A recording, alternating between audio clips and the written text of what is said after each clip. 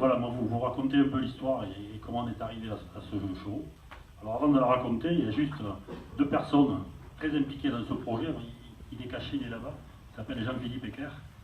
C'est la personne avec qui, c'est notre architecte et designer, qui est de Lyon et qui est à l'origine en tout cas des échanges et du projet. Donc merci d'être venu en tout cas. Et après il y a Régis Frugère, qui était en interne notre pilote du projet, qui a passé beaucoup de temps. Merci Régis. Alors après, comment on est arrivé à ce projet? Il faut savoir quand j'ai rencontré Jean-Philippe, c'était en 2013 à Lyon, suite à des travaux faits chez un collègue lyonnais. Il nous a présenté des concepts qui étaient un peu surprenants pour nous, dans la rénovation des agences. Et je vous avoue, quand il nous a expliqué le truc et que je l'ai présenté à Franck, j'étais un peu surpris. Mais sachez qu'on a avancé. Alors pourquoi j'ai été surpris? Tout simplement, vous allez voir, alors, on a eu de longues discussions et on a fait un constat qu'aujourd'hui, dans nos métiers, on a Internet qui se développe à une vitesse phénoménale et qu'Internet est en train de changer tous les comportements des particuliers et aussi des professionnels. Alors, vous êtes tous des consommateurs d'Internet, donc je ne vais pas vous surprendre quand je vous dis qu'aujourd'hui, un client, il peut aller sur Internet 24 heures sur 24, il peut consulter tous les produits qu'il veut 24 heures sur 24, comme les produits de décoration. Il peut acheter quand il veut, où il veut et au prix qu'il veut tous les produits de décoration.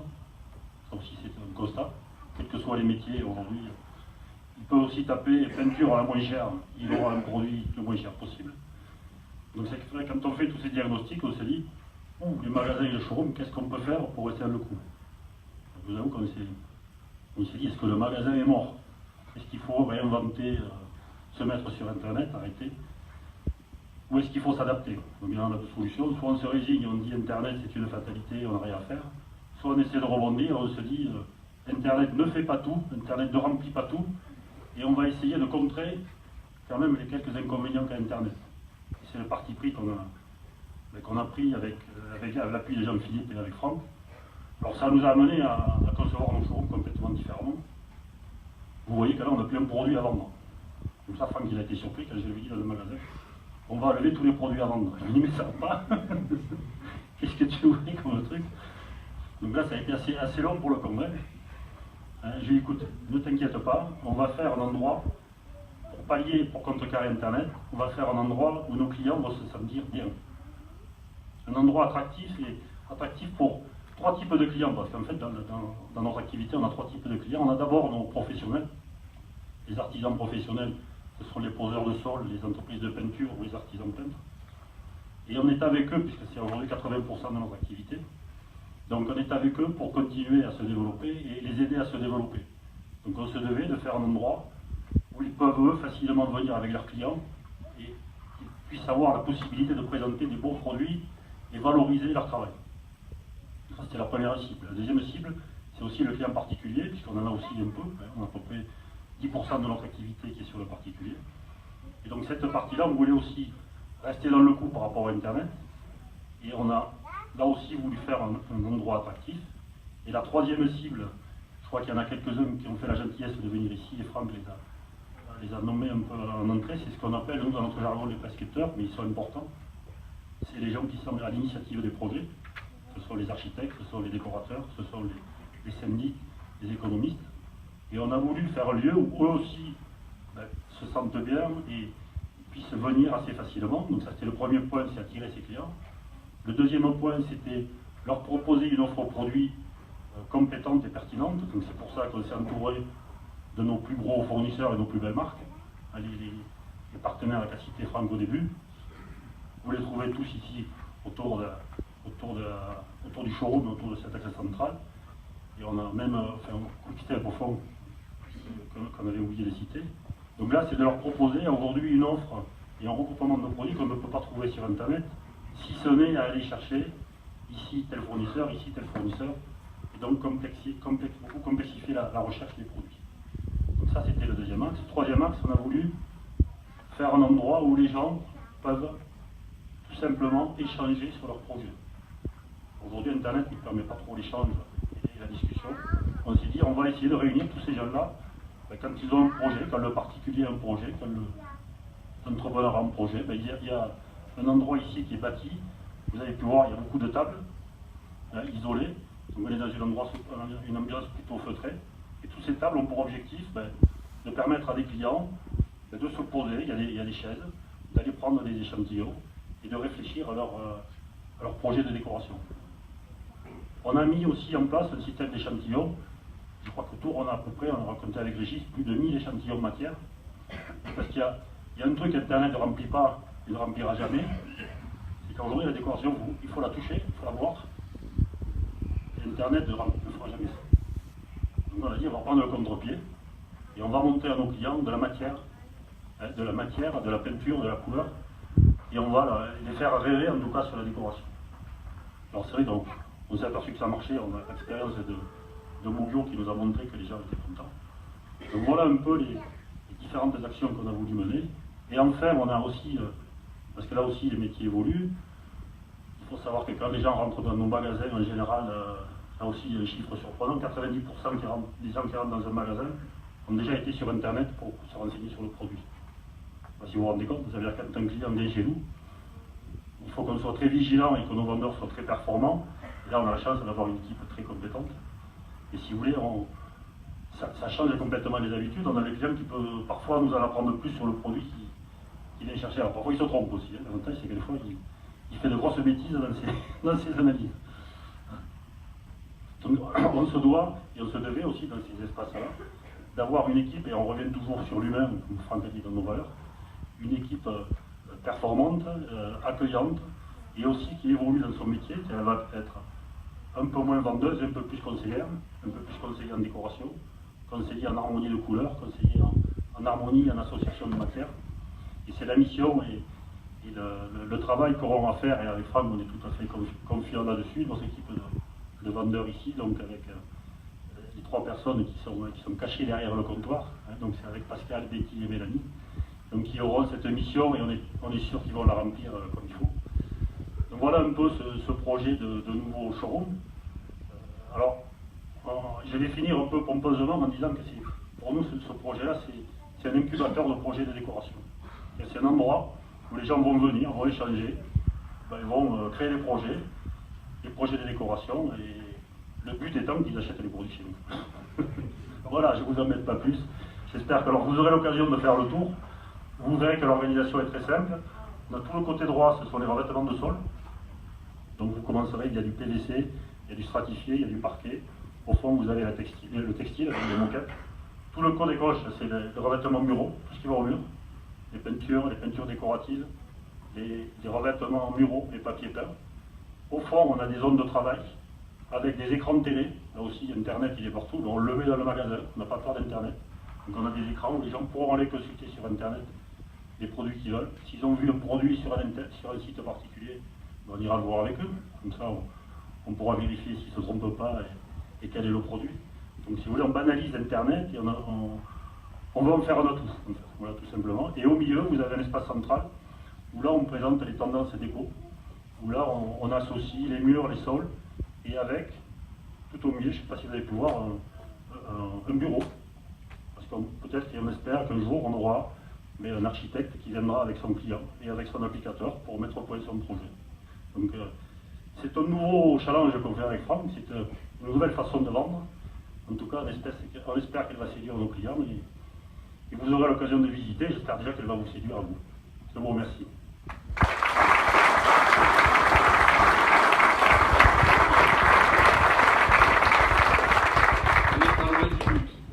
Nous aussi, on a soif.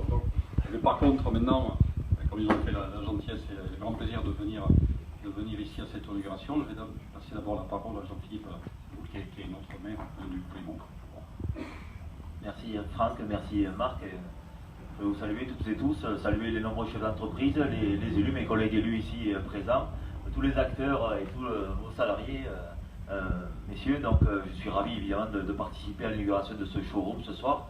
Ravi d'avoir sur le sol de Luc Laprion cette belle entreprise de Séguret Décoration qui depuis plus de 52 ans maintenant fait partie du tissu économique de Luc Laprion.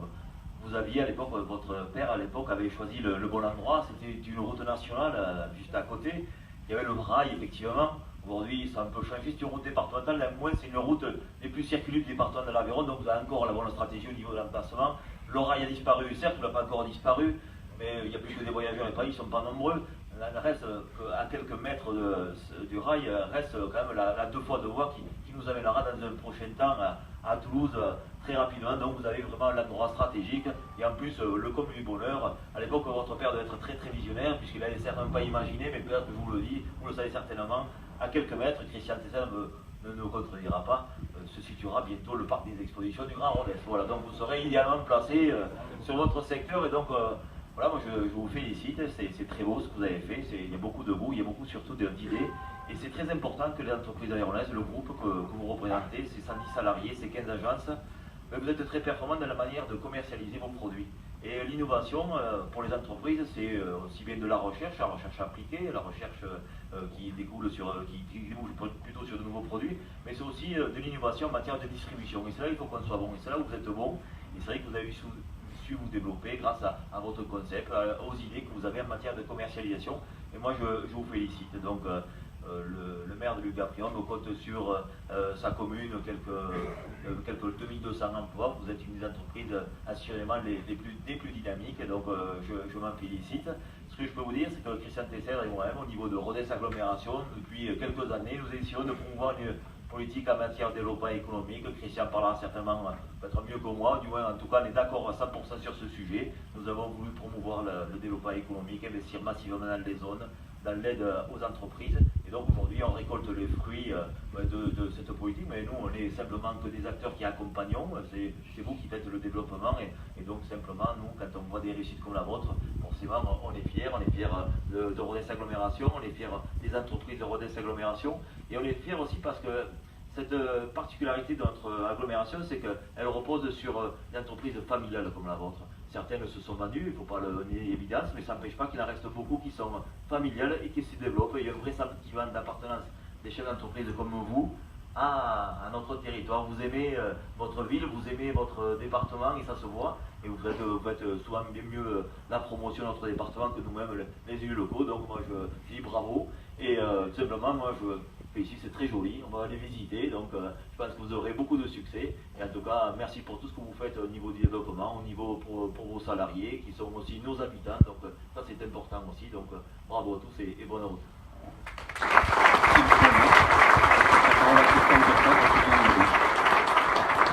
Bien, bonjour à toutes et à tous, je suis très heureux d'être ici avec vous ce soir pour cette inauguration de ce nouveau lieu de vente. En tous les cas, je voudrais surtout remercier Franck et Marc de m'avoir invité, de nous avoir invités, et surtout de nous laisser la parole, parce que des fois on est invité, on n'a pas droit à la parole. Au moins ici, c'est particulièrement agréable de pouvoir dire un mot. En tous les cas, je voudrais quand même saluer nos collègues élus, Anne-Sophie, Dominique pour le département, et l'attaché parlementaire de M. Sancy, Stéphanie Lacombe. Et puis, je ne salue pas Jean-Philippe, on a mangé ensemble à midi, c'est juste après-midi, donc on se voit tout le temps. Mais c'est vrai que tout à l'heure, j'ai écouté avec beaucoup d'attention les deux discours, et ils étaient touchants. Parce que c'est vrai que quand on rappelle l'histoire d'une famille, j'ai cru qu'il allait basculer vraiment dans les sentiments. Tout à l'heure, quand il parlait, Franck, mais c'est sûr que quand on parle de l'histoire qui remonte à 50 ans, 60 ans, et qu'on voit un peu que votre famille a bâti une belle entreprise sur l'Aveyron, sur Rodez, et sur cette agglomération, moi je trouve que c'est normal qu'on ait des sentiments, et quand vous les avez exprimés, comme tu les as exprimés tout à l'heure, c'était très touchant. En tous les cas, c'est vrai que vous êtes passé de la rue Marie à Rodez, la maison de l'Annonciation. C'est peut-être ça qui vous a fait décoller, parce que quand même, c'est très important, c'est une des 2 ou 3 maisons les plus belles de Rodez. En tous les cas, votre père, il a une idée, quand il est parti, ça ne devait pas être facile, hein, parce qu'à cette époque-là, on n'allait pas trop dans les banlieues, hein, puisque c'était une banlieue. Il dit ça, il parle beaucoup de la Primauve, mais tout à l'heure, en arrivant, il cherchait le panneau, parce qu'à midi, je lui disais, mais c'est sur Olem, c'est sur Rodez, c'est sur la Primauve, il n'y a pas de panneau la Primauve, alors il faudra le mettre, monsieur le maire, le panneau de la Primauve. C'est vrai que donc c'était très touchant, et je pense que vous devez être fiers du parcours de votre père, et je salue Madame Séguré, et aussi Monsieur Roux, Pierre, puisqu'on était voisins, puisque mes parents et Monsieur Roux habitaient Et donc je disais que c'est tout à fait normal que vous soyez très sensible à cette réussite de M. Ségret, mais aussi des enfants. Petits tout, ils sont devenus grands et ils ont particulièrement bien réussi, puis ça va continuer parce qu'aujourd'hui, quand on voit ce que vous présentez en termes de lieu de vente, je pense que vous avez fait le bon choix. Je pense qu'il a été particulièrement bien pesé. Ils ont choisi le bon architecte designer de Lyon qui a fait vraiment quelque chose de moderne. Et c'est vrai que quand beaucoup de personnes s'interrogent sur Internet, sur la capacité de vente, il y a eu un développement des ventes sur Internet qui était à 2 chiffres, même à 20% pendant plusieurs années, mais on voit que c'est en train de se tasser. Même si les gens regardent, c'est bien qu'ils regardent, mais c'est bien qu'ils viennent acheter ici à la Primauve, à Rodez, en Aveyron, parce que nous on a besoin de ces entreprises. Alors, ce que disait Jean-Philippe tout à l'heure, c'est exactement la réussite de l'Aveyron, la réussite de Rodez, c'est grâce à vous. Aujourd'hui, Rodez, l'agglomération, on a le taux de chômage le plus bas de toute la région. On est le 3e au niveau national avec un taux de chômage à 6,2. Mais non seulement on a un taux de chômage bas, mais on a un taux d'actifs, un taux d'emploi à 67% qui nous place là très haut. Et depuis que nous sommes en responsabilité avec Jean-Philippe, je crois que c'est tous les deux qu'on a mené l'agglomération depuis 8 ans, on a créé 4500 emplois. Alors, je ne sais pas si vous vous rendez compte, 4500 emplois sur une agglomération de 60 000 habitants, c'est énorme. Pourquoi? On le doit particulièrement aux entreprises qui sont vraiment dynamiques. Elles sont très attachées au territoire, même si elles se développent ailleurs, elles ont souvent le siège ici, elles investissent ici, et les pouvoirs de décision, comme dans l'entreprise Ségret, c'est ici à la Primauve, et moi, en tous les cas, je suis très fier. Et aujourd'hui, si on a une belle réussite à l'agglomération, c'est aussi qu'on a mis, nous, 40 millions d'euros dans les zones d'activité, on a développé toutes les zones, si vous regardez Cantarane, on a étendu, on a rénové, Arsac on a étendu, on a rénové, Malan on a étendu, on a rénové, Bel Air on a fait Bel Air 3, Bel Air 4, demain on va faire Bel Air 5 et 6, puisqu'on est en train aussi de se battre pour acheter des terrains, mais c'est lui qui s'en occupe. Il est dur dans les affaires, mais on va les avoir ces terrains. Il faut qu'on aille jusqu'à l'aéroport dans les 10 ans qui viennent. On a aussi fait d'autres zones, 40 millions d'euros pour une agglomération comme la nôtre sur le foncier. Au début c'est cher, mais on s'est aperçu dernièrement qu'en fait on vendait très bien, et que depuis 2008, on avait quand même implanté 80 entreprises supplémentaires sur l'agglo. On sait très bien que nous, quand on met par exemple 100 000 euros sur un terrain, eh bien, les entreprises mettent 450 000 euros et elles créent en moyenne 17 emplois. Donc c'est un cycle économique très vertueux qui fonctionne vraiment d'une manière excellente et on va essayer de continuer à acheter. Jean-Philippe le disait, de l'autre côté, c'était juste, on a implanté le centre, le parc des expos en face pour faire plaisir à Franck et à Marc aussi. C'est que pour eux, mais on va aller en face. Jean-Philippe veut qu'il y ait 2 entrées, ça va nous coûter cher. Il y aura une entrée juste en face et une autre entrée à côté de l'ancienne, je ne sais pas comment ça s'appelle, boîte de nuit. Et il n'a pas dit, mais on va obtenir, je pense, demain on va recevoir Carole Delga, la présidente de la région, et on va demander qu'il y ait une sortie directe sur la RN 88, c'est quand même nous qui avons obtenu 192 millions d'euros dans le contrat de plan État-région pour faire